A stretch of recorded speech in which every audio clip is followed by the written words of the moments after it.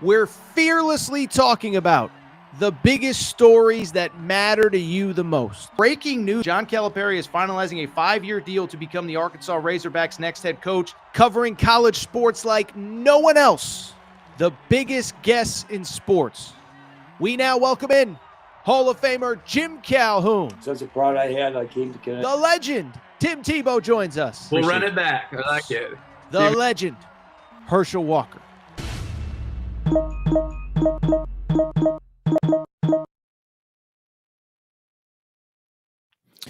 Welcome in, everybody. Little Sunday morning edition, Torres Sports Podcast. I'm your host, Torres. Hope everybody's doing well.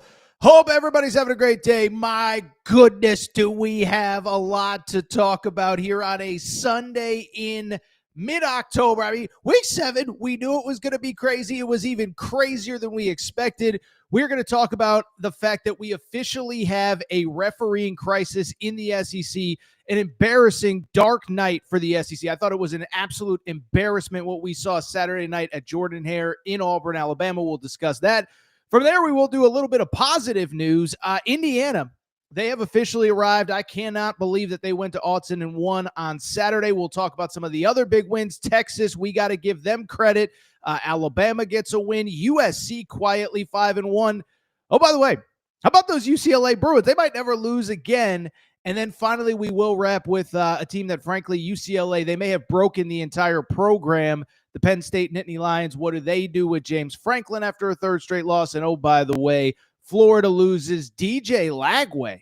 Very quiet kid normally. Oh, he had a lot to say after this one. So we're going to dive in. Before we get started, a couple quick reminders. One, make sure that you are subscribed to the Torres Pod YouTube channel. On YouTube, we have surpassed 62,000 subscribers. Cannot thank you all enough for your support. Just the YouTube has been unbelievable. September was record-setting. October is on pace to be record-setting as well. So thank you all for your support there. Also, if you're listening, Apple, Spotify, wherever you get your podcast, make sure to download and subscribe. Leave a 5-star rating. By the way, you want to do Torres actually a real solid. Our Saturday night college football recap show I host on Fox Sports Radio, 11 p.m. to 2 a.m. Eastern every Saturday night. Just download that podcast. You know, I don't really care if you listen, but just download. It is a good show. Really does help me, look good with the bosses. Speaking of looking good, you know who looks good? You know who is always coming through for us? Our friends, the official ticketing partner of the Torres Pod, SeatGeek and the SeatGeek app. Okay, so I've told you all about SeatGeek. It is America's #1 ticketing app. 28 million downloads with SeatGeek. And the thing that I love about SeatGeek is a couple things. One, they tell you about every single ticket in the stadium or concert venue or wherever you're going, right? So they rate every ticket 1 through 10. Green dot means go ahead and purchase that bad boy. Red dot means, maybe you might want to hold off, okay? So I bring it up because they always take care of their customers, but maybe more importantly, they take care of listeners of the Torres Pod. How about this? Paul, a regular listener, he might still be stuck in traffic. He actually sent me a note in the comments section. He was going to Saturday's A&M Florida game with his son, bought tickets with SeatGeek, but smartly use promo code Torres. Guess what? Promo code Torres gets you $20 off. So SeatGeek.com and SeatGeek app, if you use promo code Torres, it gets you $20 off your first purchase. $20 off your first purchase. I'm not telling you what to do, but if you've used SeatGeek, maybe you use another email. Maybe you can use promo code Torres again. I don't know. Not telling you what to do. But SeatGeek.com, promo code Torres gets you $20 off your first purchase. SeatGeek.com. By the way, I should mention it's not just college football. College basketball is coming. NFL, Major League Baseball playoffs, concert shows. If they're selling it on SeatGeek, use promo code Torres and get $20 off your first purchase. With that said, it's a busy Sunday in the world of sports, in the world of college football. Nice crowd here on a Sunday morning. No more time to waste, so let's get to the topic of the day. Topic of the day, listen, we could start a lot of different places, but to me, there is only one place to start. There is only one story to begin with, and that is the fiasco that happened Auburn, Alabama, Saturday night, Deep South's oldest rivalry. This was a game that on paper looked like it could be close. Auburn was only a 3.5-point underdog in the Circa Sportsbook. Kirby Smart has historically said how tough Jordan-Hare Stadium is to play. Well, Georgia gets the win. Final score 20-10. Unfortunately, that is not what anybody's talking about. It's frankly not what anybody cares about, as there were multiple refereeing controversies in this game. By the way, they all went against Auburn, and this comes just a few weeks after the SEC had to actually apologize to the Auburn Tigers for a missed call in the Oklahoma game. There is no other way to put it. The SEC has an officiating crisis, and it's an absolute embarrassment from the league that they have not done more to address it. By the way, Matt, if you have not logged into the Torres on Auburn account and shared that we're talking about this live, now would be a great time to do so. Let's go ahead and get in. Listen, I could sit here and talk about, first half, second drive, this and that. I think you all watched the game, and if you didn't, you all have a pretty good idea. But Auburn, coming off of a bye, desperate for a win. I was a defender of Auburn coming into this week because, yeah, you lost 2 games in a row heading into the bye, but both were on the road. Both were the teams that were in the top 10 coming into the week. And both games were one-possession games. You easily, I don't want to say could have won either one, but maybe should have. But the big story, even before we talk about Georgia, is the fact that in that Oklahoma game, you lose by a touchdown. And in that game, there is not even a controversial call. It was just a flat out wrong call, as Oklahoma wide receiver Isaiah Satania runs to the sidelines as if he is going to sub out, kind of hangs out on the sidelines, then runs a go route down the sideline. John Mateer hits him for a touchdown. And right away, I will give credit to ESPN. Bill Lamonier, their rules expert, said, not only is that against the rules, that is a rule that was emphasized all offseason long. There's no way that should be a touchdown. The SEC had to officially apologize the day after that game.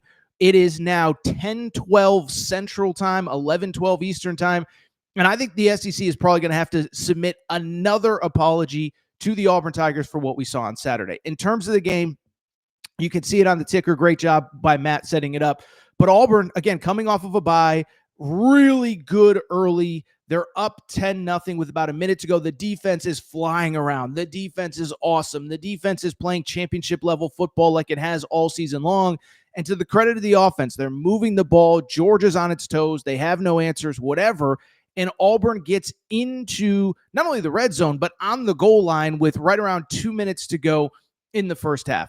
Now, what's kind of crazy about the controversial play that we're about to talk about in a minute is that the play before Georgia or Auburn actually could have argued scored on that play.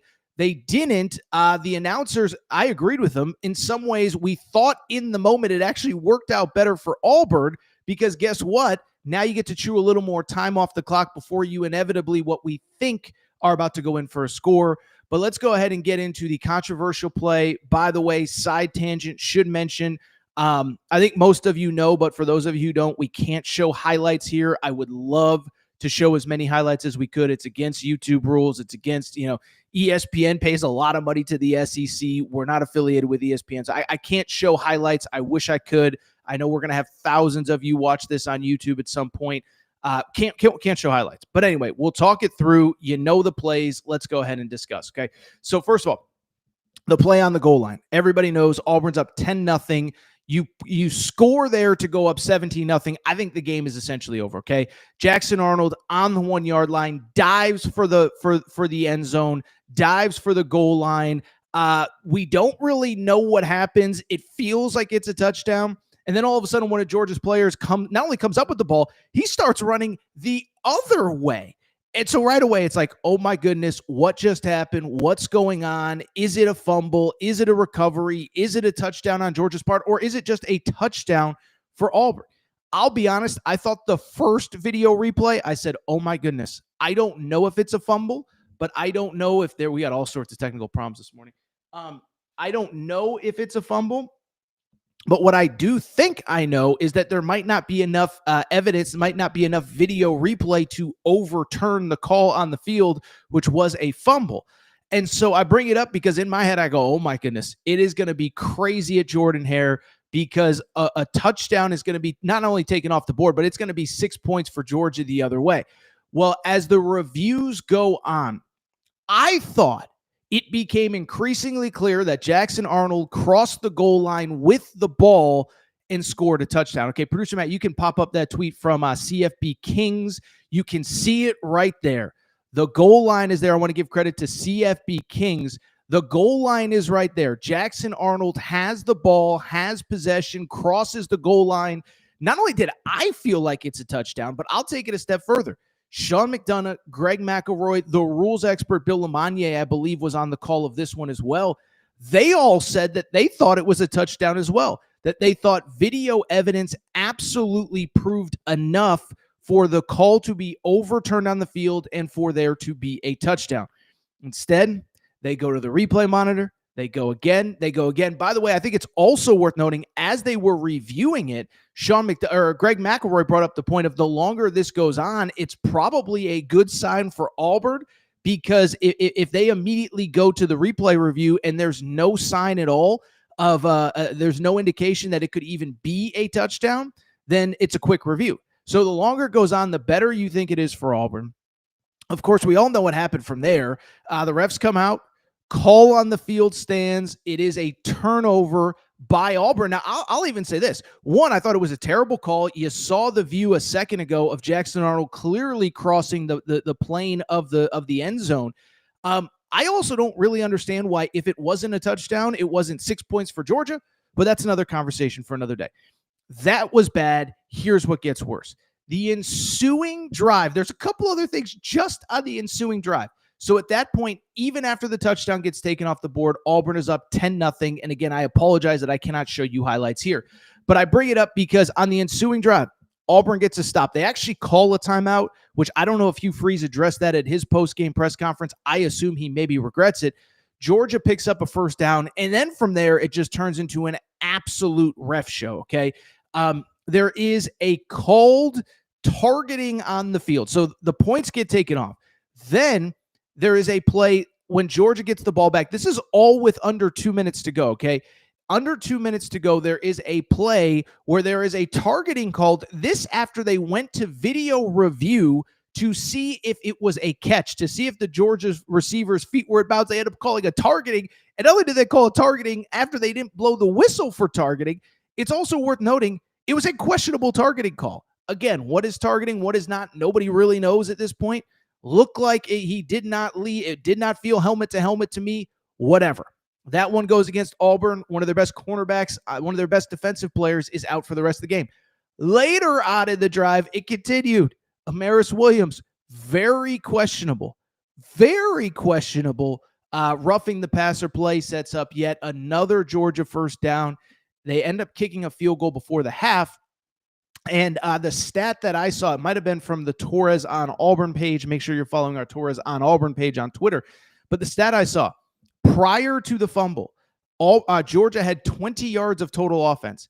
They had 35 yards of offense just on penalties on that final drive that set up the 3 points. I saw multiple Auburn accounts, including our Torres on Auburn page, which producer Matt, I don't know if you want it out there, but you help with that page and you do a great job. Basically, Georgia's entire offense in the first half was the refs just moving the ball up the field for them for 3 points. Out of the half, we know what happened. Auburn's offense stalls. We cannot ignore the fact that they did not score at all after that initial 10 points. But you talk about another disastrous call, middle of the fourth quarter. Really, it was more of early fourth quarter. It was still very much a game. 13-10, Georgia has taken the lead. They have now scored 10 unanswered points in the second half, 13 unanswered points overall, and we all know what happened from there. Crucial play, clock is ticking down. Kirby Smart runs to the refs in what appears to be him calling a timeout. You can see it on the screen right there. He's calling a timeout. Well, he then goes to the refs and says, no. I wasn't calling a timeout. I was clapping. I'm mad because they're not supposed to be able to clap to, basically it's a fake cadence that can throw off the offensive line. No. I wasn't calling a timeout. I was clapping. Again, we can't show video replay, but you see the still picture of Kirby Smart very clearly calling a timeout. And you see the fact that, oh, by the way, the timeout is not given, but the clock stops. So I've never seen this before. The refs call a timeout on the field as the clock is winding down. Georgia is about to take a delay of game penalty. Instead, the timeout is called. The clock is stopped. Kirby Smart argues that he did not call a timeout. Georgia is not charged a timeout. The clock stops, and the game goes on as if nothing has happened, okay?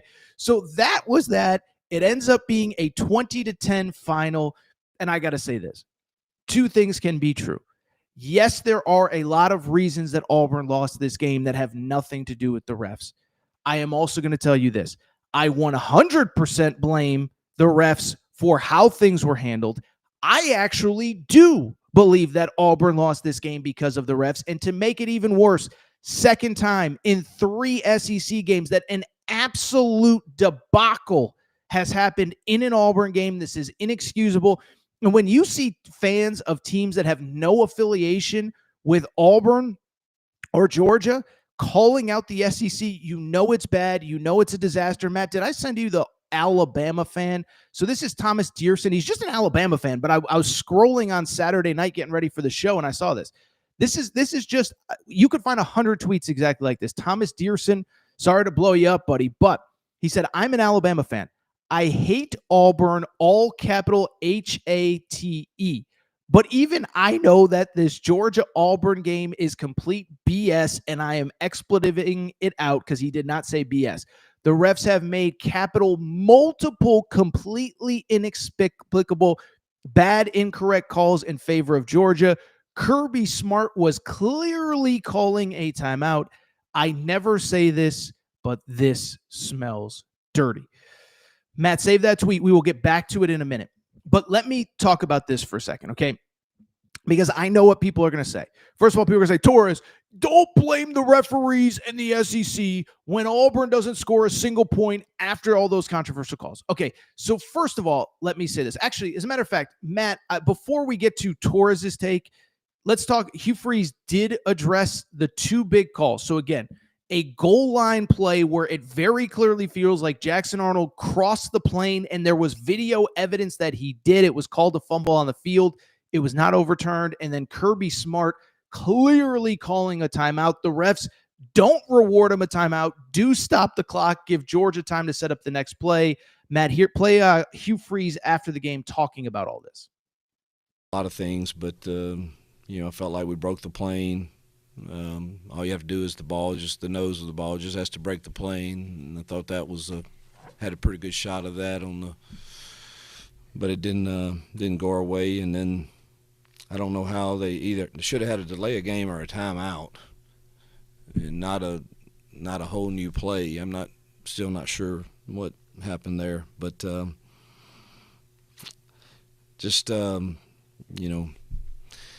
there's a lot of times that I make bad calls and officials do the same, but it certainly feels like we're not getting many of the breaks.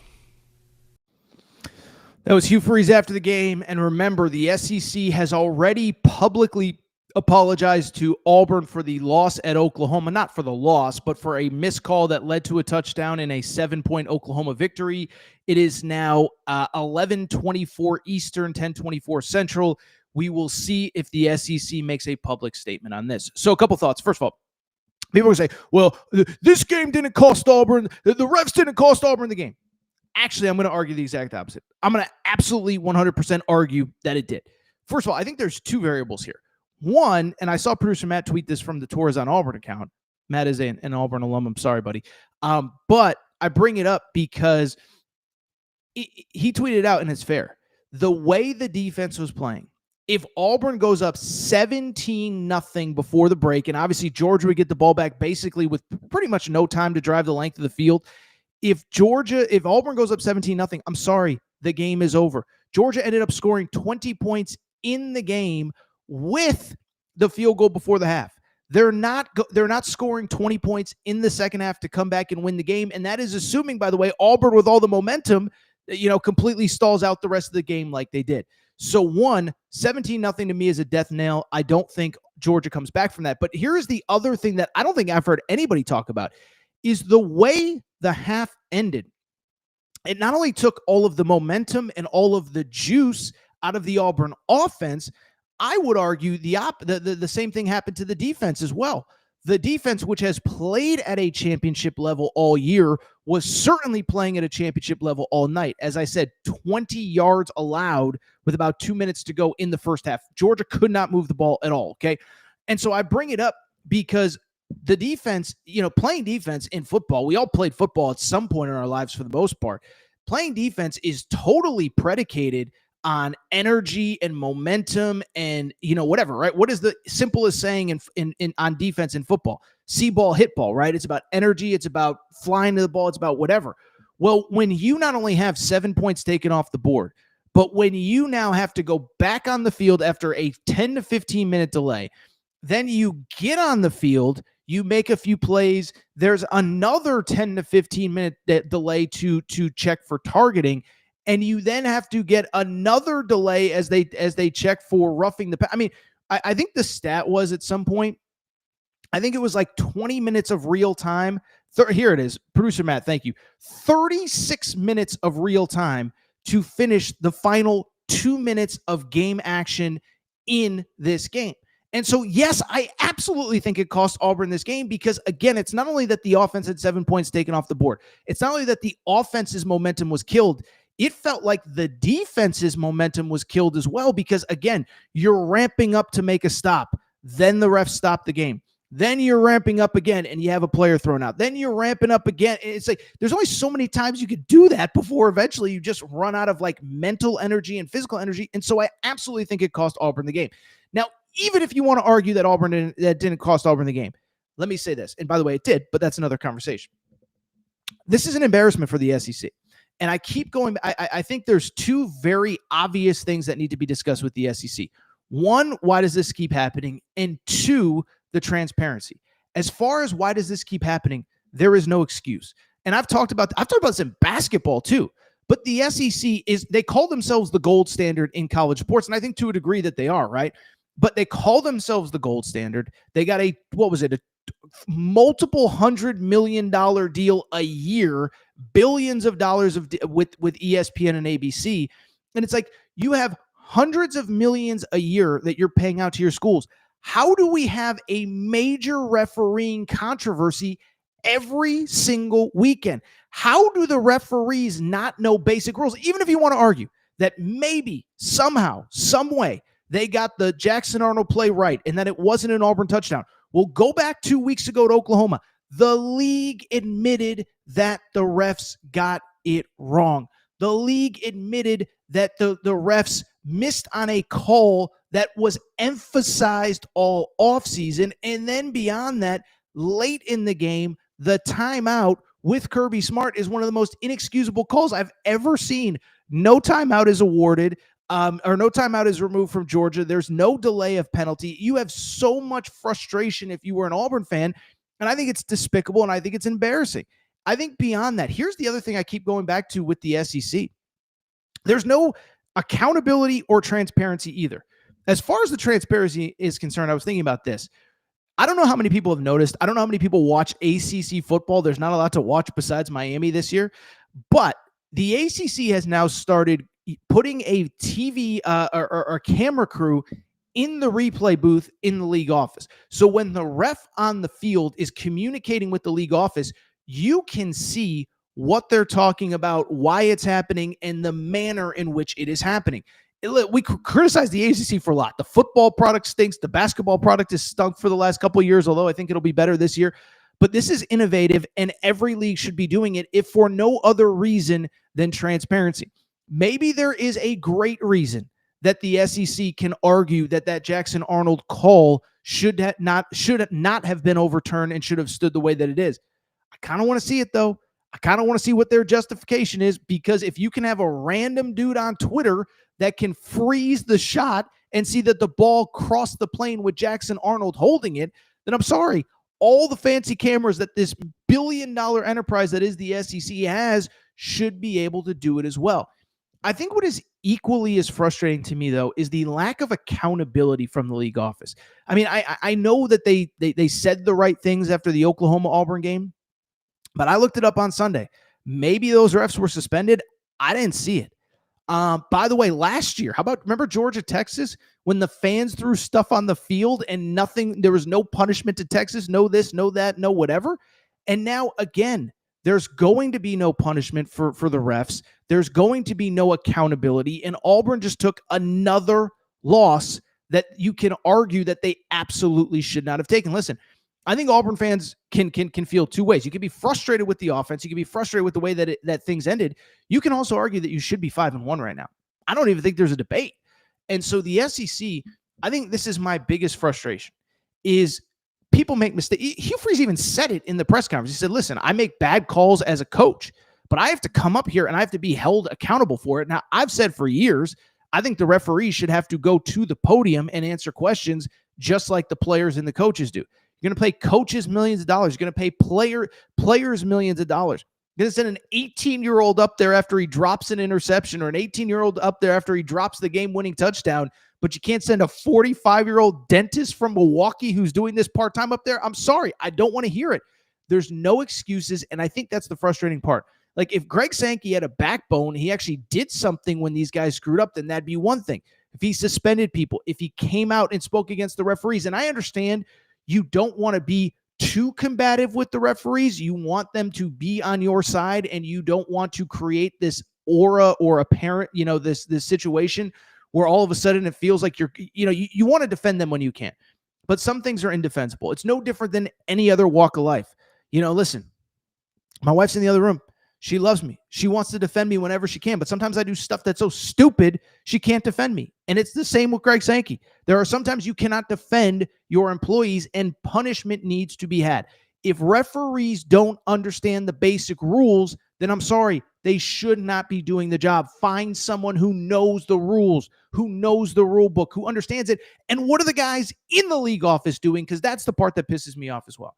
So I could go on and on. I've said my piece. I thought it was an embarrassing dark moment for the SEC. It is now 11:32 Eastern, 10:32 Central. We'll see if the SEC releases any sort of statement. As of right now, they have not, but I'm guessing by the time many of you watch this video, you will have seen that something is said. All right, so what we're going to do, we're going to take a quick break. We're going to come back. When we do, we're going to get some positives, some glasses half full, if you will. Indiana, shocker, goes to Autzen and gets the win. If I've been critical of Arch Manning, I have to be fair to Texas. Great win for them. Great win for Bama. And then we will talk about probably the two most disappointing teams in college football. Penn State falls to 3-3. Florida falls to 2-4. Quick break. Be right back. All right, we're going to get back to the show in a minute. But before we do, I have so many people that reach out and say, Torres, you give me hours and hours and hours of free content every day, every month, every year. What can I do to help support the show? Well, you want to support the show and look good in the process. Make sure to check out and support the Aaron Torres Media merch store at aarontorresonline.com/merchandise. Some of you wondering, what can I get in that merch store, Torres? Well, Kentucky fans, we got our Mark Pope, Hope and Pope t-shirts. That is right. Mark Pope, monster first year. Year 2 is going to be even better. Get your Hope and Pope t-shirt at aarontorresonline.com/merchandise. Arkansas fans, the Big Pig Invasion is coming. It is here. John Calipari has things rocking. Get your Big Pig Invasion tees. Again, aarontorresonline.com/merchandise. St. John's fans, we have our Big Rick Energy t-shirts. And if you're just a college basketball fan in general, guess what? Your March is for Day Drinking shirt. That is the shirt that you need year-round, but especially for the next NCAA tournament. You can order yours now. By the way, football fans, we got you covered too. Auburn fans, we already know the freeze warning has hit the plains. Make sure to get your freeze warning t-shirts. Also, Nebraska fans, new era, new rules, the t-shirt that you need before the start of this coming season. And oh, by the way, if you're a Colorado fan, if you're just a Coach Prime fan, we have our Dion shirts and hats, more of them than we know what to do with. So to check out the full line of Aaron Torres Media merch and also Support the show. Good news is we're going to have even more for the fall. Check out the Aaron Torres Media merch store at aarontorresonline.com/merchandise. And for more information, you can always reach out at Aaron Torres Podcast Questions at gmail.com. All right, everybody. I am back. Good to be back. Good to be back. So let's keep the conversation going. Couple comments from the chat. I mean, certainly when you have a refereeing fiasco of embarrassing proportions, it's going to get the chat fired up. Matt, what do we got in the chat on this game? Let's see. This is great.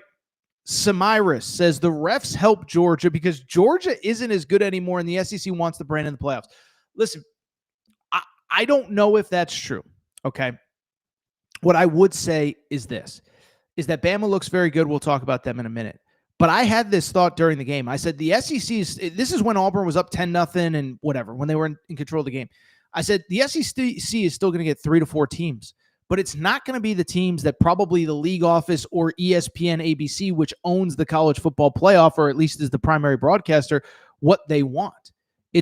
Listen, Texas A&M, I think I feel pretty confident. I mean, they have 3 straight on the road. I don't think they're going 9-3. I think they're 10-2, 11-1, probably going to Atlanta for their first ever trip to Atlanta for the SEC championship game. And so I just bring it up because is Texas A&M the brand that they want, or is it Georgia? Is Ole Miss the brand that they want, or is it Texas?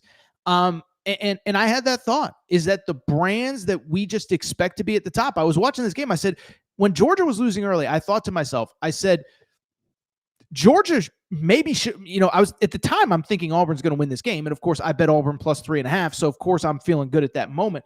But I said, if Georgia loses this game, they really should have 3 losses. Quick side story.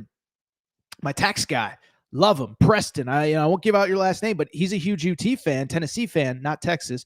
And, we were talking on the phone Friday about how Tennessee could easily and probably should be undefeated if they make that field goal at home against Georgia. So Georgia should have lost to Tennessee. I think the refs cost Auburn the game. Now, all of a sudden, you're looking at a 3-3 Georgia team that's completely out of the playoff picture by middle of October. I'm not saying that Samiris is right, but I'm not saying that he is wrong. And what I do agree with is when you miss that many calls, all in favor of one team, guess what? It certainly makes it look like it went a certain way for a certain reason, whether it's true or not. Great comment, A+++ comment from Samiris. Samiris, if you're still in the chat, let me know what team you're a fan of. If we have any merch of your team, we'll be sure to get you a piece of merch. All right. Samiris says Auburn wins the game without the refs' help. I don't listen. I said it. I believe in my heart of hearts that Auburn wins that game if the refs don't help them, because it's not only that they go up 17-0 before halftime. It's not only that 3 points gets taken off the board for Georgia. In theory, they could have driven the length of the field, but at that point, they probably just take a couple knees and go to halftime down 17-0. It's the fact that, again, all the momentum on both sides was gone. The offense, it obviously speaks for itself, but I thought the defensive momentum, when the stat that Matt dropped on me, 36 minutes to play the final 2 minutes of game action, 36 minutes of real time. That's an embarrassment. If nothing else, again, if you want to argue that maybe Jackson Arnold didn't break the plane, if you want to argue that somehow, some way Kirby Smart didn't call a timeout, we can argue that stuff. The referees cannot take over a game like that with that much time and that much whatever. It was an embarrassment. It was a dark, dark, dark night for the SEC. I thought it was a terrible night for the SEC. I really did. And I think to Samiris's original point, even if there was nothing fishy going on, it certainly feels like there was.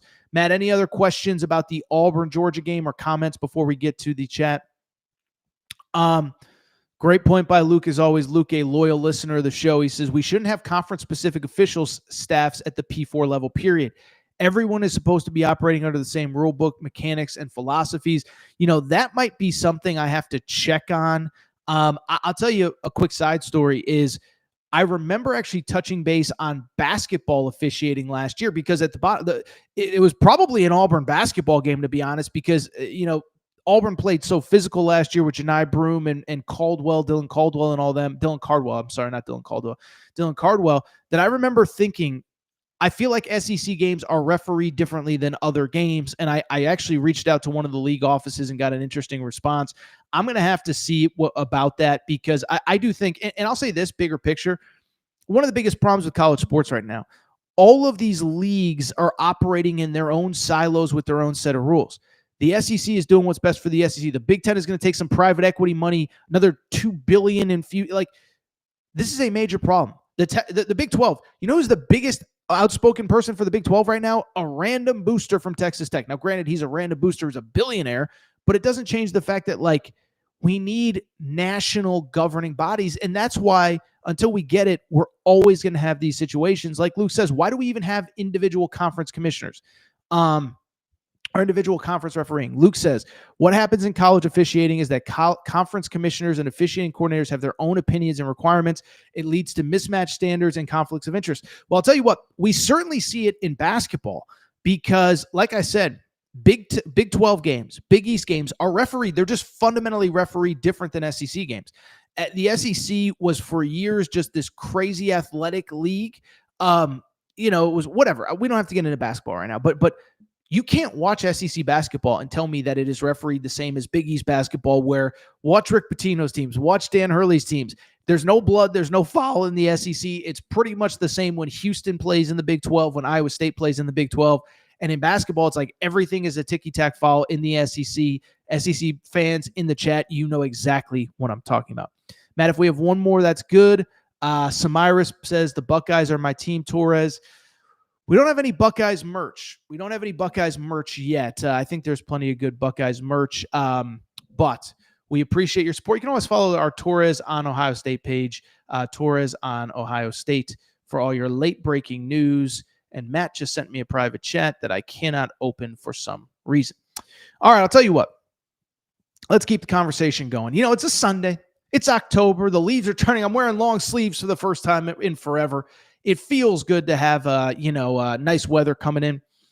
You know what else feels good? Watching the good old-fashioned Big Ten rivalry that we all grew up on. Imagine telling somebody 5 years ago, oh, yeah, there's going to be this top 10 matchup in the Big Ten, that's going to rivet America. Indiana at Oregon. Yeah, probably not one you had on your bingo card.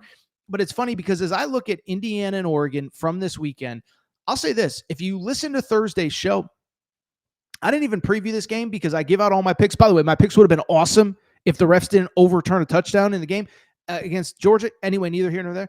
The one game I had no feel for was Indiana-Oregon. Now, I've been a Cignetti guy from the beginning, okay? Love the hire. They start 4-0, 5-0, whatever last year. I was somebody that thought they should have been in the playoff last year. I didn't believe all this nonsense about who they went 11-1 and destroyed everyone not named Ohio State. They should have been in the playoff. By the way, Indiana fans just tuning in, I had Indiana in the playoff this year. I think I'm the only person in the national media that had Indiana in the playoff. You can follow our Torres on Indiana Twitter page as well. The one thing I will say, though, I didn't think they were winning this game on Saturday, and I didn't pick this game because I did see a scenario where it could be close. I did not see a scenario where they not only win outright, but basically completely dominate the game from start to finish. Final score, Indiana 30, Oregon 20. And let me just say this. Indiana has officially arrived. They are a problem on the national scale. This feels different from last year because it is different from last year. And I said this on the show a few weeks ago, and I kind of said it in passing after the Illinois game, but I am saying it definitively now. I'm drawing the line in the sand. I'm putting my foot down. Curt Cignetti, given the job that he took over, given the job that he's done, and given who they are beating, he is the best coach in college football right now. By the way, I'm hot in Indiana. Dan Dockich's producer just texted me to come join his show on Monday. So maybe you hear Torres talking a little Indiana with Dan Dockich later this week. Anyway, let's go ahead and dive in. Let's talk about this game. Because the one thing I'll say about this game, it was funny coming into the game. I watched some of Curt Cignetti's press conference availability this week, and they kind of asked him, they said, you lost to Notre Dame last year. You lost to Ohio State last year. Are there lessons to be learned from those games? And he actually was like, and he wasn't like Curt Cignetti sarcastic. He was just kind of honest. He said, not really, because in those games, I just thought we were completely outclassed pretty much in every spot on the field. I just thought Ohio State and Notre Dame had significantly better players in most spots on the field. Wasn't an excuse. It was just a reality. And that was the reason that it was hard for me to pick Indiana to even cover in this game, let alone win, because I just thought, do they have enough dudes to match up with Oregon? Oregon, NFL bodies everywhere, and Indiana apparently has plenty of their own. But NFL bodies everywhere. The D line is especially big. They got those three guys that are 330 plus pounds. Couldn't run the ball last year against Ohio State. Couldn't run the ball last year against Notre Dame. And the big question for me coming into this game was like, are you going to be able to move the ball against this Oregon team? Well, not only did you move the ball, this was the most surprising. There was nothing fluky about this game. There was no refereeing fiasco with calls overturned and this and that. Indiana just came in, walked into Autzen, kicked butt, and took names, okay? On the game, Indiana finished with more total yardage, 343 to 267. Indiana, clearly more passing yardage. Indiana, better on third down. 5 of 14 held Oregon to 3 of 14 on third down. Indiana, I thought this was the key stat. 128 yards of rushing offense, almost 4 yards per carry. Oregon, 81 yards rushing on 30 carries, 2.5 yards per carry. So that was the thing about this game that stood out, is that it wasn't fluky. Indiana dominated, and I'll take it a step further. They physically dominated, and this was actually more one-sided than the final score indicated. Because remember, there was a pick six late in the game when Indiana was trying to seal the victory. And so I only bring it up because you take off, Oregon scored on the opening drive of the game a touchdown. They did not find the end zone on offense the rest of the game. The only other touchdown they scored was on defense. And so this was a dominant win and a statement win for Curt Cignetti. With the win, listen, a couple things. There's the Indiana angle of it, and then there's the Curt Cignetti angle of it. Let's hit both. Let's start with Curt Cignetti. Listen, bottom line, I said it again after the Illinois game. This is the best coach in college football right now, okay? The stats back it up. The stats are kind of jarring, to be perfectly honest. Curt Cignetti, since taking over at Indiana, here's what you need to know. 17-2 overall. Producer Matt, if you had time to get my tweet, here we go. Curt Cignetti, remember, took over the worst program in college football. The worst program in college football. Or the worst program in the Big Ten. I take that back. There were worse programs nationally, the worst program in the Big Ten. Since he's taken over, 17-2 overall. Now, I didn't even put this on. Of those 17 wins, 15 of them were by double figures. The only ones that weren't double figures at Iowa this past season, 2 weeks ago, and Michigan at home last year. Michigan was the defending champions at the time. His only two losses, Notre Dame and Ohio State, the two teams that played for the national title last year. He just handed Oregon its first loss in the Big Ten. Remember, Oregon went 10-0 in Big Ten play last year. Remember, 9-0 in the regular season. They win the Big Ten title. They go 10-0 in the Big Ten. And then, oh, by the way, on top of it, started 2-0 this year in the Big Ten. And so 12-0 in the Big Ten. Indiana hands them their first loss. By the way, I saw CBS Stats put this out, and we shared it on our Torres on Indiana page. Oregon had a 23-game regular season win streak coming into this, gone thanks to Indiana. 18-game home win streak, longest in FBS, gone thanks to Indiana. 17-game conference win streak, gone thanks to Indiana. And so listen, to me, Curt Cignetti's the best coach in college football right now. Now, I understand Kirby's got 2 natties. I understand Ryan Day's got a natty, whatever. But given what he's taken over, the crazy part is, too, the only 2 losses, clearly superior teams, they haven't had a bad game against the opposition since he took over. There's been games where he had less talent, but I would say there isn't a game where they did not play well. So I think he's the best coach in college football. By the way, I saw Kevin Clark, who used to be with The Ringer, I think he's with ESPN now, put out a separate tweet, which stood out to me as well. I'll take that tweet if we haven't, Matt. Kevin Clark from ESPN, and this is the incredible part. This shows to me why he's the best coach in college football. Indiana, this is crazy. 0 5-star recruits, 7 4-star recruits overall, and according to 24/7 Sports Talent Composite, so Talent Composite, 24/7 Sports goes every offseason and basically, goes through and re-ranks all your classes, ranks how good your roster should be based on the classes you've brought in. Indiana has the 72nd most talented roster in college football, 3 spots behind Boston College. Kevin Clark said that Cignetti has built a national contender there is astounding, one of the best coaching jobs of my lifetime. It's one of the best coaching jobs of my lifetime. This is why he's the best in college football. And listen, I'm going to say something. It's not going to be a knock on Ryan Day. It's not going to be a knock on Kirby Smart. But again, what he's doing with the resources that he has. I know financially he has a lot of resources. He doesn't have access to the same players as Kirby Smart. Not yet anyway. Not so far. Doesn't have access to the same players as Ryan Day, as Steve Sarkisian, as even Billy Napier. So what he's doing is absolutely incredible. 72nd in talent composite, 17-2 overall. I would say this too. You want to know what's kind of one of the crazier things about Indiana? Most of their best players are still guys that he brought from James Madison. Elijah Surratt, who's playing like a first-team All-American receiver, came from James Madison. Aiden Fisher was first-team All-Big Ten linebacker, came from James Madison. D'Angelo Ponds, maybe the best cornerback in the Big Ten, came from James Madison, maybe a first-round pick this year.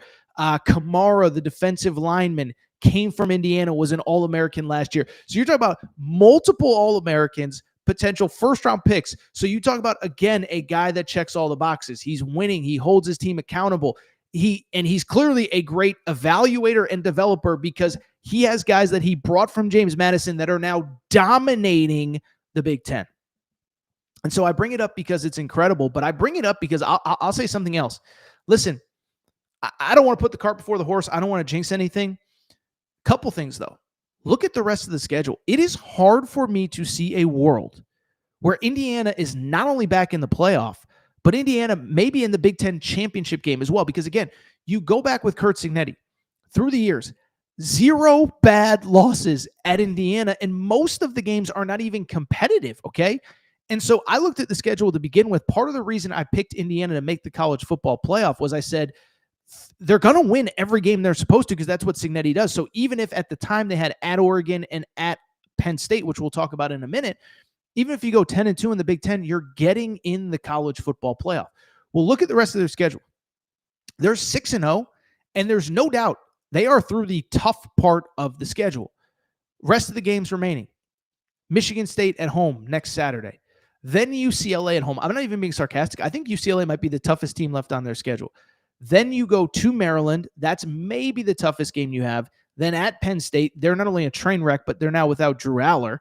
And then you close with Wisconsin, the worst team in the Big Ten, and Purdue, probably the second worst team in the Big Ten as well. As a matter of fact, there are, 5 teams that are currently 0-3 in the Big Ten. You play 4 of them going forward, and then there's one team that's 1-2, that's Maryland, who you play as well. And so you look at this Indiana team.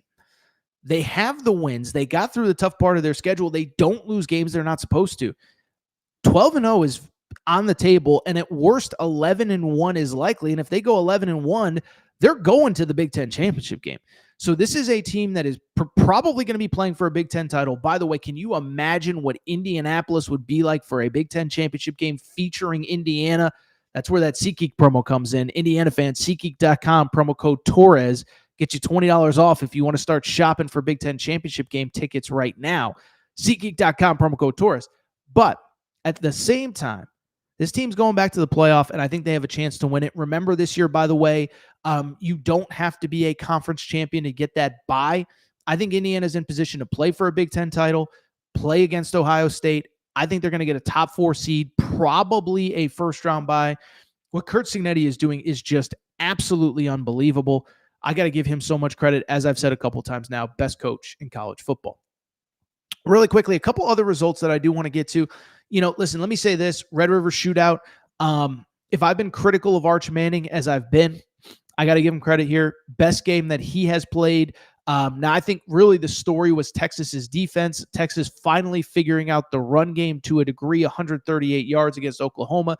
Texas gets the win at Red River. 23-6 is the final score. Listen, again, I want to give Arch credit. To me, the story is that Oklahoma defense getting gashed. That was something that I did not see coming.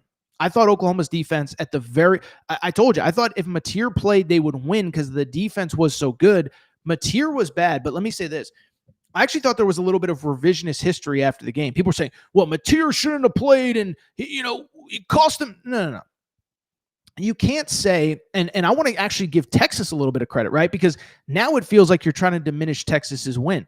All week long, you said if Texas beats Oklahoma without Mateer, there's going to be an asterisk next to it. Well, you can't then say Mateer plays, well, he shouldn't have because he clearly wasn't 100%.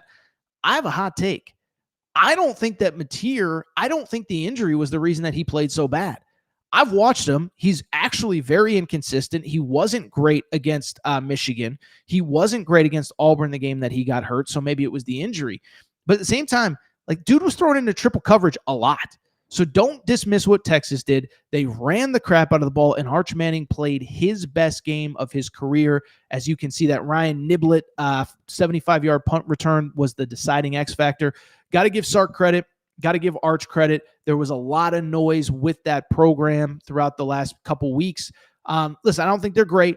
This is their first win against the power conference team here as we are now in the middle of October. But we got to give credit where it's due, and I thought Arch played very well, 21 of 27, his best game. They got the run game figured out. They got the defense figured out. And again, I'll just say, like, you get the run game figured out, you get the defense, Arch doesn't need to be great. That was my big thing with Texas. I thought Texas was going to be good because even if Arch wasn't great, even if he didn't live up to the hype, the defense and run game would be so good. At least for one day, it certainly looked like they were. Texas this coming weekend at Kentucky. We all have thoughts on the state of Kentucky football. Then at Mississippi State. So 2 more road games. I'll say this. The SEC scheduling this year is so bonkers, right? A&M played 3 straight SEC home games to open the season at home. They play 3 straight on the road. Texas, their first 4 SEC games this year are away from Austin. Now, I know part of it is the Oklahoma game is in Dallas, but at Florida, then Oklahoma, then at Kentucky, then at Mississippi State. They don't play an SEC home game until November. Texas still has at Georgia, Texas A&M on the schedule, but got to give them credit. Back was against the wall. They get the win. Couple other results. Listen, I'll say this, another team. If we're going to tear apart teams every time something goes wrong, let's give a little credit to USC. Dominant win over Michigan, final score 31-13. And again, I know what people are going to say. Oh, Bryce Underwood, Justice Haynes got hurt. Sharon Moore doesn't let Bryce Underwood loose. At some point, you got to give credit to the winning team, right?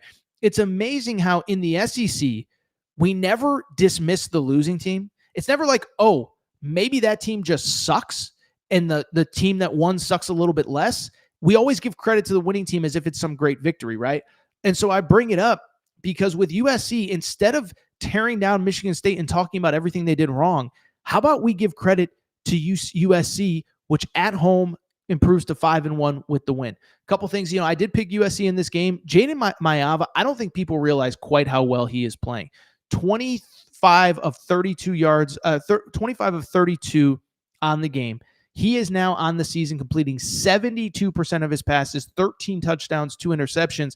And the thing I go back to, and I said this the other day, USC is not only running the ball, the O-line is playing very well. And that's a place that Lincoln Riley hasn't recruited well. He hasn't developed well. And the O-line has been an issue for this team basically since Lincoln Riley got there. Even when they were winning with Caleb Williams, it was a problem. And so USC gets the win. Obviously, the big story in this one from the USC perspective, Wayman Jordan, the star running back, got hurt. King Miller stepping up as the backup, the freshman from Calabasas, California, 18 carries, 158 yards, 1 touchdown. And I'll say this, I think, and I mentioned this week, this is the cool part of a 12-team college football playoff is that games like this matter. Michigan and USC were both 4-1 coming in. USC gets the win. Now, guess what? Next week, they go to Notre Dame. That becomes a pseudo play-in game for the playoff as well. Then they play at Nebraska, which is 5-1. So all of these games are becoming bigger and bigger because of a 12-team playoff. Wouldn't be as big with the 4-teamer. I was critical of the 12-teamer. I kind of hope we stay at 12 and don't go to 16 or 22 or 28 or whatever the hell Tony Petitti wants. But this game was big, and it's only going to get bigger for USC, again, as they go to Notre Dame. Notre Dame, by the way, getting a win. Notre Dame is 4-2. I think they're actually only 3-2. But no, they're 4-2. But remember, those 2 losses by 3 to Miami, by 1 to Texas A&M, Notre Dame all of a sudden is looking more and more like maybe they're just better than we gave them credit for because the 2 losses are to 2 of the top 5 teams in college football right now. Credit Notre Dame. They will host USC next week. That's another huge game. By the way, Let's stay in LA, which is all of a sudden apparently the college football capital of the world. Jerry Neuheisel and the boys, Matt, I know I didn't tell you about this one, but so we'll be quick. UCLA going on the road and smacking Michigan State is not something that I had on my bingo card. 38-13 is the final score. 418 yards of total offense in this game. Nico Iamaleava, again, if I'm going to criticize him when he's losing to UNLV and he's losing to New Mexico, I got to give him credit these last couple weeks. 2 passing touchdowns, 3 rushing touchdowns against Penn State, 3 passing touchdowns in this game. UCLA wins. They improve to 2-4 on the season, but 2-1 in the Big Ten. This is a crazy stat. I don't think we're going to get there, but UCLA controls its own destiny in the race for the Big Ten championship, which in turn would mean the college football playoff.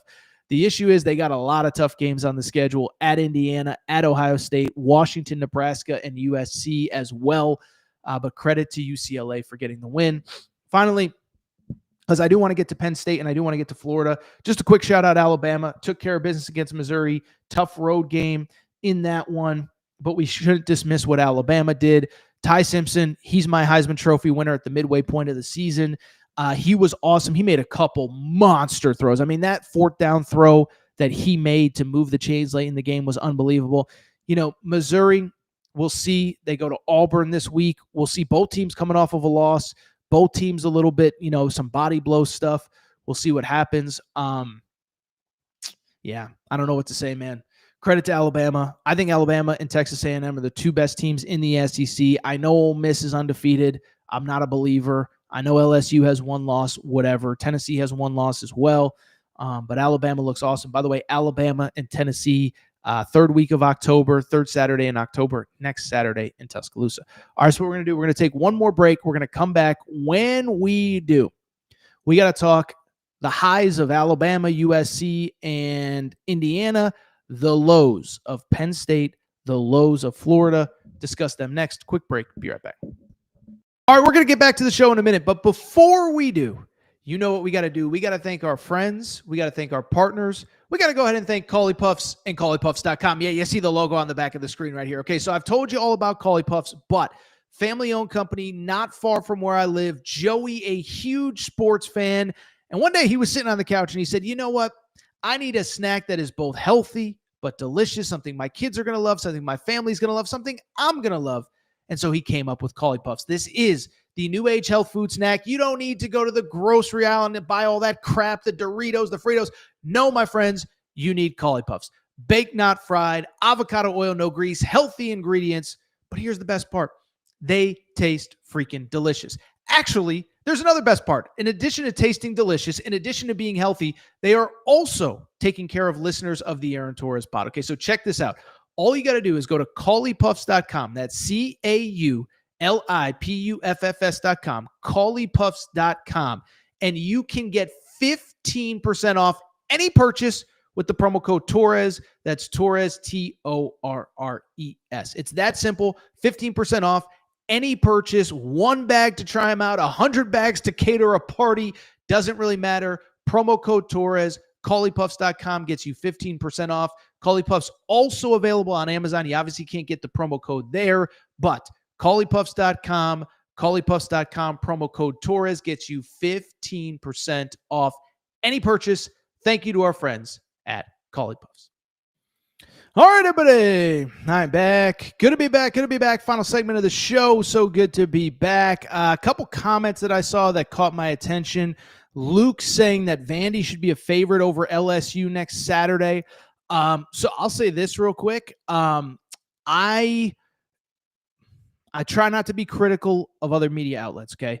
But I saw this thing from typical Peter Burns SEC network of, oh, the SEC has this many great teams. It was A&M and Alabama, and this many good teams. And he included LSU, he included Texas, he included whatever. I'm like, first of all, if we're talking about LSU as a good team, then how many good teams are in the Big Ten? Because if LSU is good, then that means that Nebraska is good, Washington is good, Iowa is good, on and on. But anyway, I bring it up because LSU stinks. We need to stop pretending like they do anything other than stink. And I don't want to dismiss how good I think Vandy is, because I think Vandy is one of the most improved teams in the country. But LSU is awful. Good call by Luke. Vandy should be the favorite against LSU. We will see what the opening point spread is at Circa Sportsbook. Really quickly, Samiris is on a roll today. We appreciate you tuning in, Samiris. He says USC should be top 10, Washington no lower than 15. Both are 5-1. I totally agree. Again, with USC, we'll see. The schedule gets much, much, much tougher for them. It doesn't get any easier. Maybe it's because the Big Ten is so good. But at Notre Dame, at Nebraska the next 2 weeks. I mean, listen, if they win those two, I don't know how you keep them out of a playoff. If you go on the road and beat Nebraska, Notre Dame, you beat Michigan at home, like, that's impressive. But they have struggled on the road in Big Ten play. That only lost to Illinois.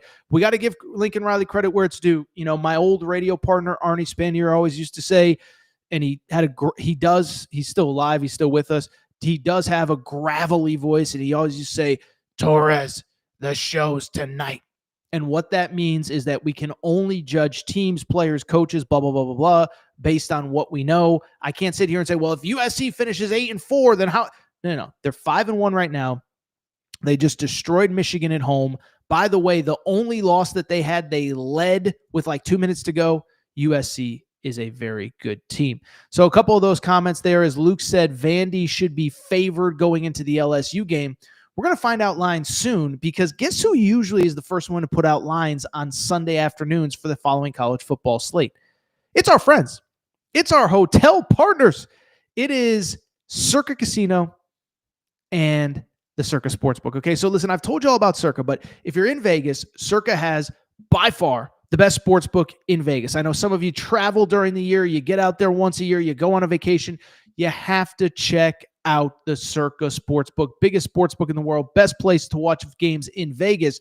But I also know that a lot of you can't get to Vegas. It's expensive. It's pricey. The travel, the time, the this, the that. Well, guess what? Circa has just opened up a brand new sportsbook in Franklin, Kentucky. Mint Kentucky Downs in Franklin, Kentucky. Okay, replica sportsbook to the Vegas sportsbook. What I love about Circa, the hospitality is incredible. They take care of customers. They take care of listeners. They take care of whatever. And so you can check it out for yourself. It's about a 40-minute drive from Nashville, few minutes from Bowling Green, Kentucky.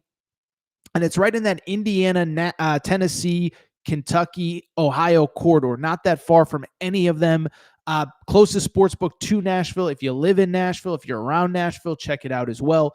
Circa Sportsbook, Mint Kentucky Downs, Franklin, Kentucky. We appreciate their support. By the way, as we get closer to basketball season, we will probably be doing some shows from the Circa Sportsbook at Mint Kentucky Downs. Circa Sportsbook, Mint Kentucky Downs, Franklin, Kentucky. We appreciate their support. And I'll be very much looking forward to seeing what the lines for Week 8 of the college football slate are, which should be released later on Sunday. Vandy, LSU, Bama, Missouri, quite a few intriguing games. Or not Bama, Missouri, excuse me. Bama, Tennessee, Ole Miss, Georgia. And all of a sudden, by the way, Auburn, Missouri is a very interesting one. A lot of good games this coming Saturday. One team that is not going to be playing a meaningful game this coming Saturday or pretty much the rest of the year. We got to go ahead and talk the Penn State Nittany Lions, okay? And so by now, we know the story about Penn State, right? But coming into the season, it was natty or bust. Coming into the season, it was, this is the year. They've been building for it. They used NIL to retain all their best players. And so we came into the year, it wasn't like a big secret. Like James Franklin and the Penn State Nittany Lions were openly talking about competing for a national championship. 2 Saturdays ago, 2 weeks ago today, you lose to Oregon. Well, Franklin doesn't win the big games, but you look at the rest of the schedule, they'll at least get in the playoff. Then they lose to UCLA. The conversation becomes, now you're not only losing big games, but you're losing to bad teams as well. Well, UCLA might be better than we realize, but there is no excuse for what happened on Saturday. I understand that Drew Aller got hurt late. We certainly never root for injuries, and we're praying for a speedy recovery. And I do hope that he does have success in the NFL, because he never met his potential in college under James Franklin at Penn State. But Penn State loses to Northwestern 22-21. Again, I understand that Drew Aller got hurt, but Drew Aller played late into the fourth quarter. His injury is not why they lost. It is a third straight loss. I think the season is basically over. And I think more importantly, I didn't think James Franklin was going to get fired a week ago. I think that's in play. And I did think James Franklin might look for another job outside of Penn State, but who the heck is going to hire him based off of this season that's going on? Let's talk James Franklin. Let's talk Penn State. Let's talk what's realistic and let's talk what's not. Listen, we don't have to get into this game.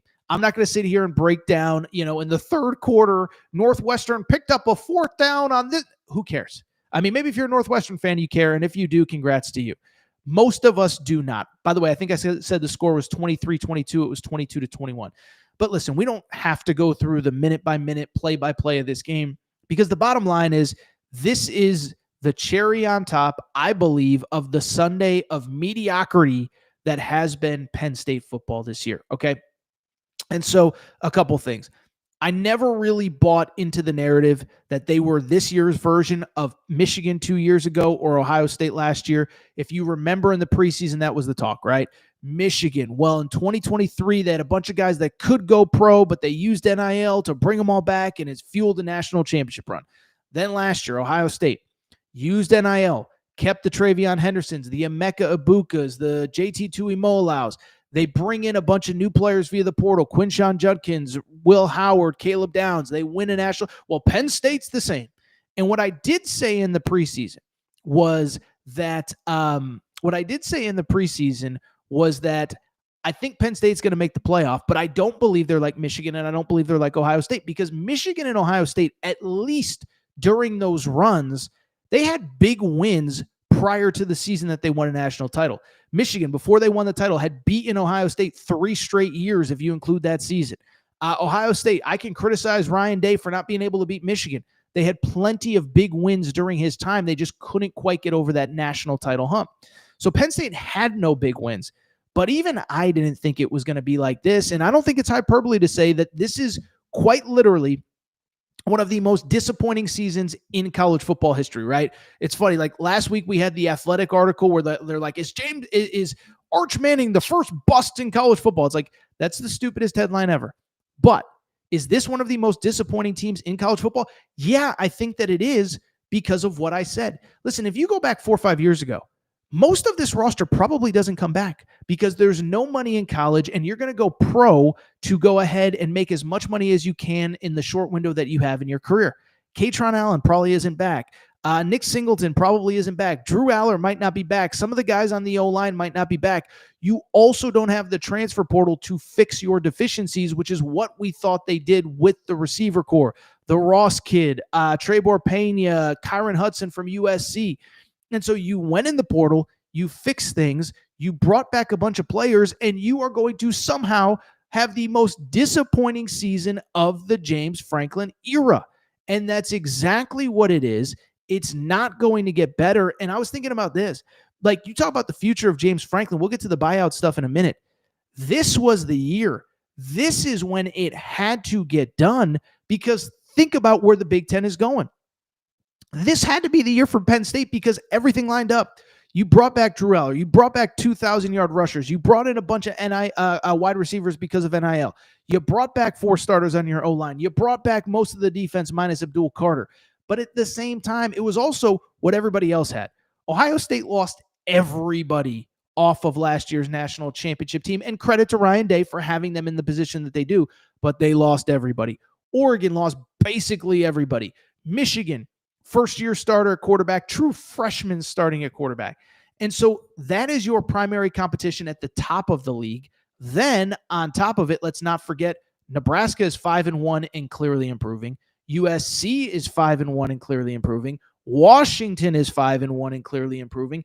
And so if you couldn't get it done this year, by the way, Illinois, consistently good. If you couldn't get it done this year, when is it ever going to line up better for you? And so for the first time, listen, 2 things can be true.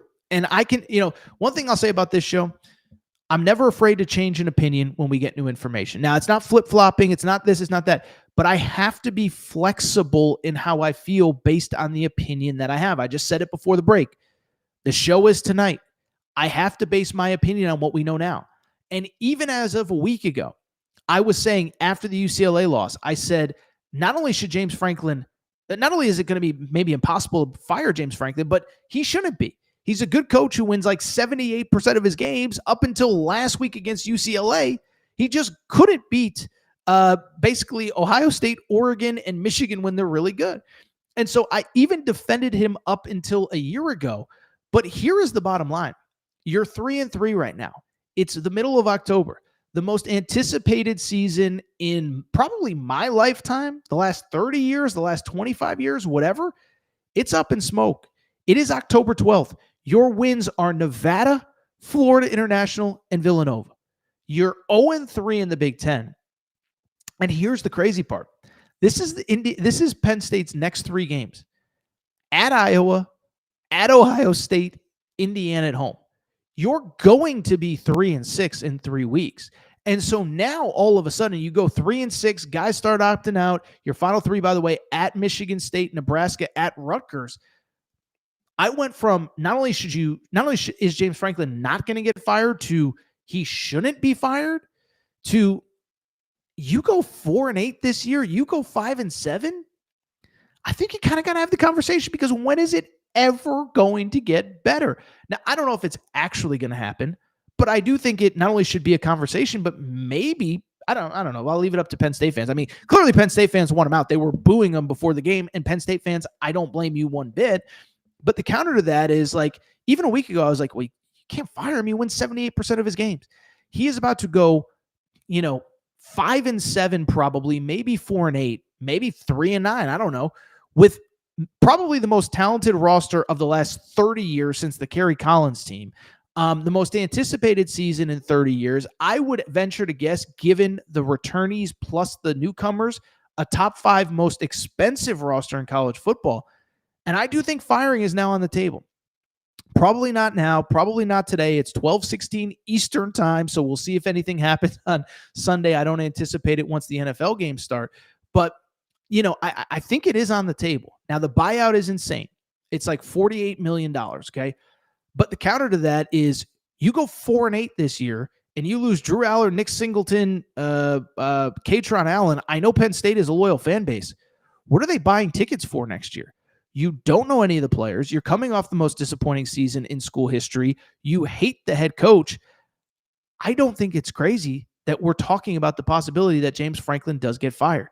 $48 million after this year, or $48 million right now. I think it's about 48 to 50. It would drop a little bit in December. I think you got to at least consider it. Now, I looked it up on Sunday morning.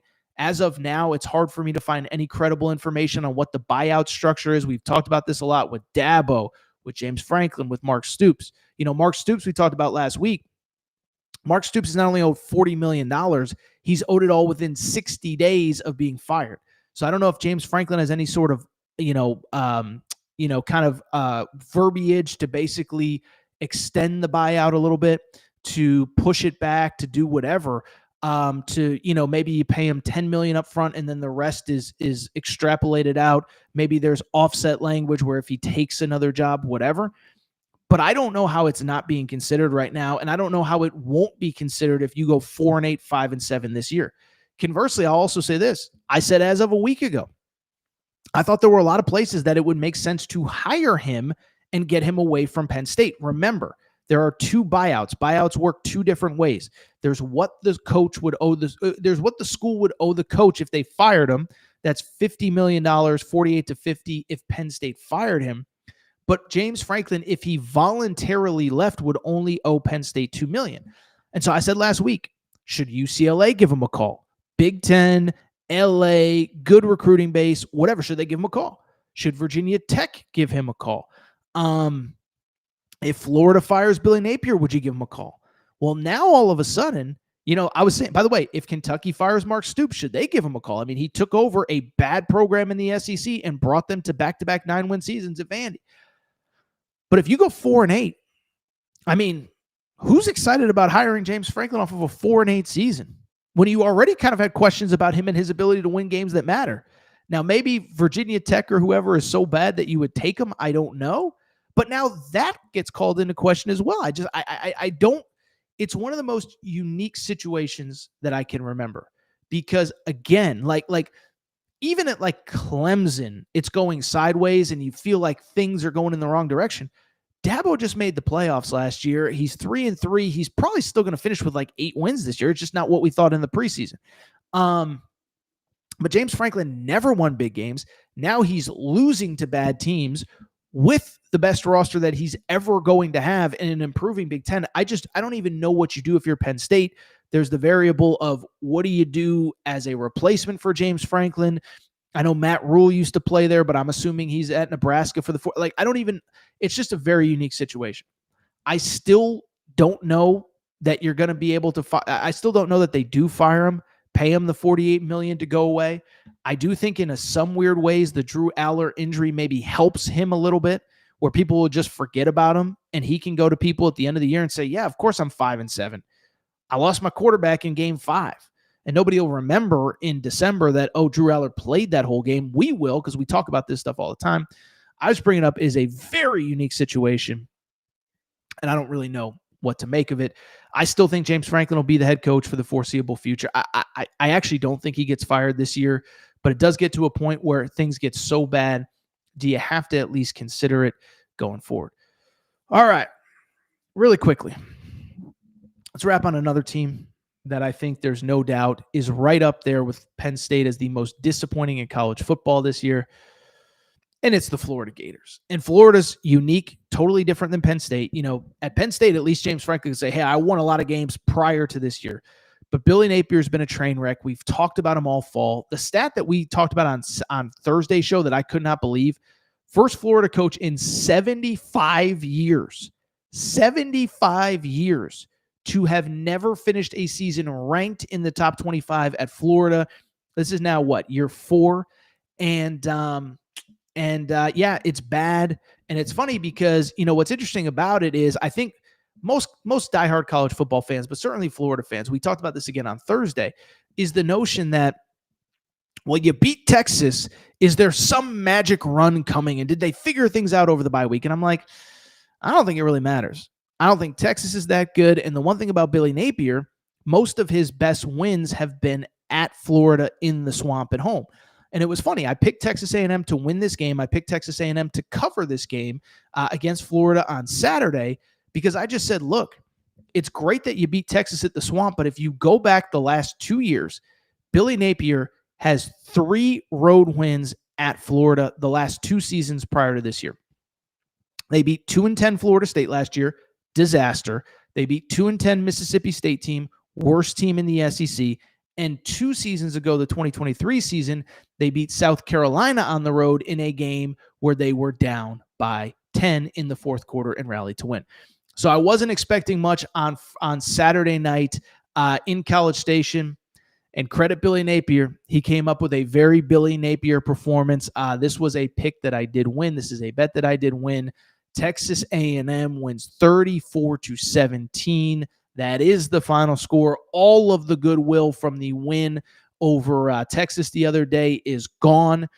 And I just think it's really bad for Billy Napier, and I think it's going to get worse.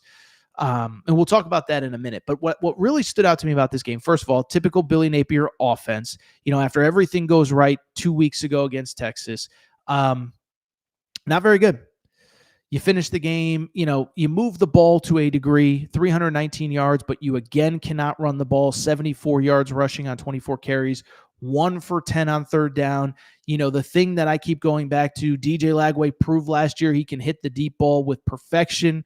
You don't throw the ball deep. It is a train wreck. And listen, when the obituary is written on Billy Napier's time at Florida, it's going to come down to the fact that he did not hire an offensive coordinator after last year.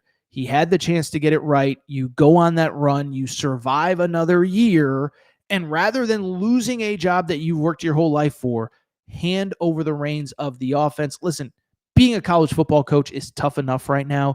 You don't need to be calling plays when you're not. Like, it's one thing if you're Lincoln Riley and you're good at it. It's one thing if you're Brent Venables taking over the defense and you're good at it outside of Saturday. Billy Napier's not a good play caller. We all know that. And so it was a disaster. It was bad Saturday. But here's what stood out Saturday. For the first time, I think there's real friction in that locker room. Now, I think it felt weird ever since the South Florida game. I remember saying after the South Florida game, I said, just feels like all the air has come out of the program. There was so much positive energy coming into the year. Now it's a disaster again. But for the first time that I've seen, a player was really outspoken about the state of things, and that was DJ Lagway. So DJ Lagway, again, this is a kid no different than Nico, no different than Arch Manning. I think Drew Aller might be the best example right now of you put your career in the hands of somebody and they let you down. Be clear, since I know we'll have Tennessee fans watch this at some point. I'm not saying Josh Heupel let Nico down, but maybe Drew Aller is the right analogy. Drew Aller put his career in the hands of James Franklin, and James Franklin let him down.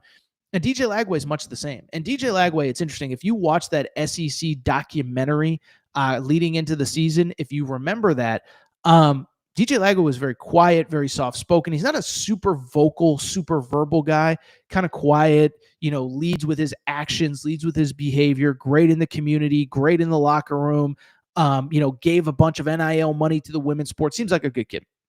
Doesn't really speak out, but what was different about Saturday was this. He's from the state of Texas. This was his first college game in the state of Texas. It was interesting. If you remember, he was committed during the year where it really fell apart for Billy Napier. I think that year they started like 5-2 and lost 5 straight games to end the year, something crazy like that. But I bring it up because he's from the state of Texas. When it fell apart, it was the same offseason that Elko got the A&M job. And that offseason, there was talk of like, could this 5-star kid DJ Lagway flip and go to A&M? He sticks with Florida. He goes through the ups and downs. He certainly was good last year. Things have regressed this year. I blame a lot of it on Billy Napier. But I only bring it up because this was his first game in Texas. And after the game, DJ Lagway was actually pretty outspoken. I don't know that this is the most bombastic quote, like if Aaron Rodgers said this or somebody like that said it. But for DJ Lagway, who I haven't ever heard him say anything negative about the state of things. Long, lengthy press conference. This is what caught my attention. Matt, you can pop it up. He said, I told my guys on the offensive side, I'm not comfortable with this losing stuff. I don't rock with this losing. I don't like that. We can't get comfortable with this. It's not acceptable. And I feel like there's a lot of guys responding to that, and it's not acceptable. And I'm tired of it, and I can't go on like this. We got to fix it, and it starts with me. I got to demand the tempo. I got to demand excellence out of everybody and forget feelings. It's all business at the end of the day. We got to get back to work, got to have hard conversations, and we've got to fix some things. That's per Grant Hall, 24/7 Sports, Swamp 24/7, which is obviously the Florida affiliate. Matt, keep it up for half a second because I want to go back to it. This is about as outspoken as I've heard DJ Lagway at any point in his college career, and very clearly he is frustrated with the state of things. I'm not comfortable with this losing stuff. I don't rock with losing. And I feel like there's a lot of guys responding to that. It's not acceptable, and I'm tired of it, and I can't go on like this. We've got to fix it, and it starts with me. I've got to demand tempo. I've got to demand excellence out of everybody. Couple things stand out to that, and Matt, leave it up for just half a second. Thank you. One, first of all, I love that he takes accountability. It starts with me. That's what a leader does. That's what a great quarterback does. And he, DJ Lagway, like Drew Aller, like Arch Manning, like a couple other guys, he's taken a lot of heat this year, and I think some of it is justifiable. I think part of it, though, is the coaching. What Billy Napier has done to this kid is unacceptable, and he's clearly frustrated. We've got to fix it, and it starts with me, he said. I thought this part was interesting. I've got to demand the tempo. I've got to demand excellence out of everybody. I love him taking a leadership role. I also do wonder when he says, I got to demand the tempo. Is that a shot at Billy Napier? I don't know, but it certainly doesn't sound like he's happy with the state of things, and it's not just other guys not stepping up, and it's not just he's got to be better. I think he is very clearly frustrated with this offense, and how could he not be with the way that Billy Napier is coaching it? And so credit to DJ Lagway for speaking up. Matt, you can take it down. Thank you so much. Clearly, he's frustrated with the state of things with Billy Napier. Clearly, he's frustrated with the offense. And to take it a step further, I'm sorry, dude. His career is in the balance. He has every right to be frustrated. If this goes sideways, it's great you're making NIL money in college, but this was a guy that was even a year ago trending to probably be the number 1 overall pick in the 2027 NFL draft after 3 years of college football. And it's going sideways, and you're 2-4 midway through your sophomore year. And so, one, I love the leadership that he's shown, but two, there's a black cloud over this program, and it's called Billy Napier. And so it'll be interesting to me. Florida is 2-4. As of, again, it's about 12:29 Eastern time. That's in the PM, 12:29 in the afternoon. I don't think that a move on Billy Napier will be made this week. They play Mississippi State at home next week, and then they have a bye before the Georgia game. I've always thought the second bye is where the move gets made on Billy Napier. But one, it's just so over. Two, you did nobody any favors by allowing this guy to continue to coach. And three, I think for the first time, because that's been the big conversation on the national scale is like, well, the players are still bought into Billy Napier. Well, blah, blah, blah, blah. They still believe in him and da-da-da-da and this and that. And it's like, it doesn't sound like they believe in him anymore. They have the right to be frustrated. DJ Lagway's career is on the line. And I think he has every right to be frustrated. I give him credit. I think that he needs to stand up. And I think that Florida has to make this move because the one thing I will say, one, you got to get started on the coaching search. Maybe it's Lane Kiffin, maybe it's somebody else, whatever. But two, you have to give the fan base reason for hope, and you have to give you fire Billy Napier the last week of the season, all of a sudden the portal's about to open in a week or two. It's like, I don't know. I could go on and on. It's not important. What's important is this thing is over, and I get you didn't want to fire him going into the first bye. You didn't want to fire him going into the first bye because it was 4 games in, the redshirt rule applies, maybe guys opt out of the season. But conversely, it's gone on long enough. You had the great moment against Texas, but even the Texas game, let's be honest, first 3 or 4 drives, they dominated. After that, one touchdown in the second half. They weren't great in the second half. And it's bad. One, you better beat Mississippi State. I think if he doesn't beat Mississippi State, I have to assume he's for sure gone. But even if he beats Mississippi State, 3-4 going into the bye, you still have Georgia on the schedule. You still have at Ole Miss, Tennessee as well. I think you're looking at right now, I think you're looking at 6-6. And so if you're looking at 6-6 on October 12th, what's the difference between October 12th and November 12th? I'm curious if it gets done. Really quickly, I saw a couple Florida-related comments in the chat. Let's get to them. First of all, this is from, again, Samiris, who is the breakout star of the chat today. He says, from what's come out of Gainesville, Lagway is a tireless worker trying to get better. I feel his coaches are failing him. He still has bad mechanics, footwork, and should go to better coaching. So I agree with you 100%. The coaches are failing him. He has regressed. And I don't know what the spot is. I'll say this. It's certainly going to make for some good December and January content if Billy Napier does get fired. Listen, maybe Lane Kiffin gets the job and maybe he stays at Florida. I don't know. But Miami's going to need a quarterback after this year. Who knows? If things go really bad with Arch, maybe Texas needs a quarterback after this year. I don't know where the landing spots are. Maybe Penn State. I mean, who knows who's going to be the head coach at Penn State, but somebody's going to need a quarterback for next year.